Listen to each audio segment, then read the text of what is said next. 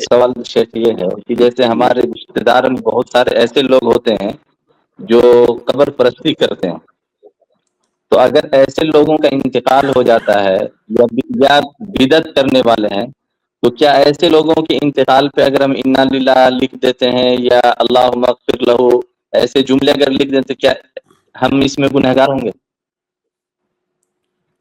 دیکھیے یہ اسی بات پر ڈیپینڈ کرتا ہے کہ کیا ہم اس کو کافر سمجھ رہے ہیں، اس شخص کو جس کی وفات ہوئی ہے، اس نے جو گناہ کیا ہے کیا اس کی وجہ سے ہم اسے کافر گردانتے ہیں، اسلام سے خارج مانتے ہیں؟ تو صحیح بات یہ ہے کہ ہم اس کی تکفیر نہیں کریں گے، تکفیر معین کرنا یہ علماء کا کام ہے۔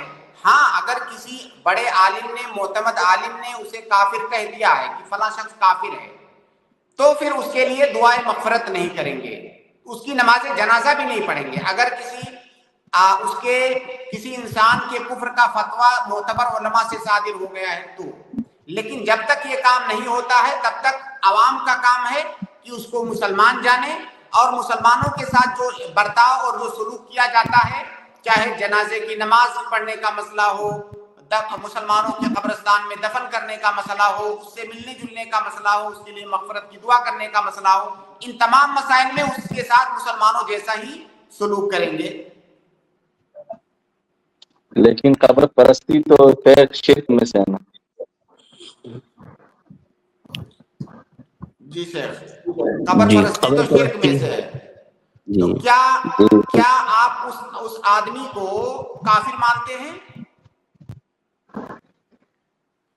مشرک تو ماننا ہی، اللہ کے ساتھ تو مشرک کیا ہے۔ بھائی میرے دیکھیے اس مسئلے پر کئی بار اصل میں بات کر چکے۔ دیکھیے شرک کرنا الگ بات ہے اور دائرے اسلام سے خارج ہو جانا یہ الگ بات ہے۔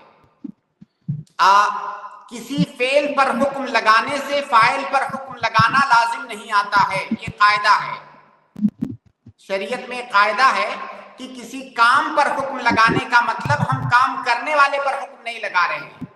تو اس نے جو کام کیا ہے وہ تو شرک ہے، کفر ہے، لیکن کسی کو کافر کہنے کے لیے کچھ شروط ہیں، اس کے کچھ موانع ہیں جو نہیں ہونے چاہیے، کچھ شروط ہیں جو ہونے چاہیے۔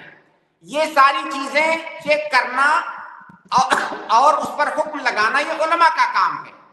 تو شرک وہ بے شک کر رہا ہے، لیکن شرک کرنے والے کو ڈائریکٹ ہم کافر نہیں کہہ دیں گے۔ ہو سکتا ہے وہ آدمی جاہل ہو سکتا ہے اس کے پاس تعویل ہو سکتا ہے وہ کسی کی تقلید کر رہا ہو سکتا ہے اس کے پاس کوئی شبہہ ہو، یہ ساری چیزیں ہو سکتی ہیں جو کہ مانے ہیں اس کی تکفیر سے۔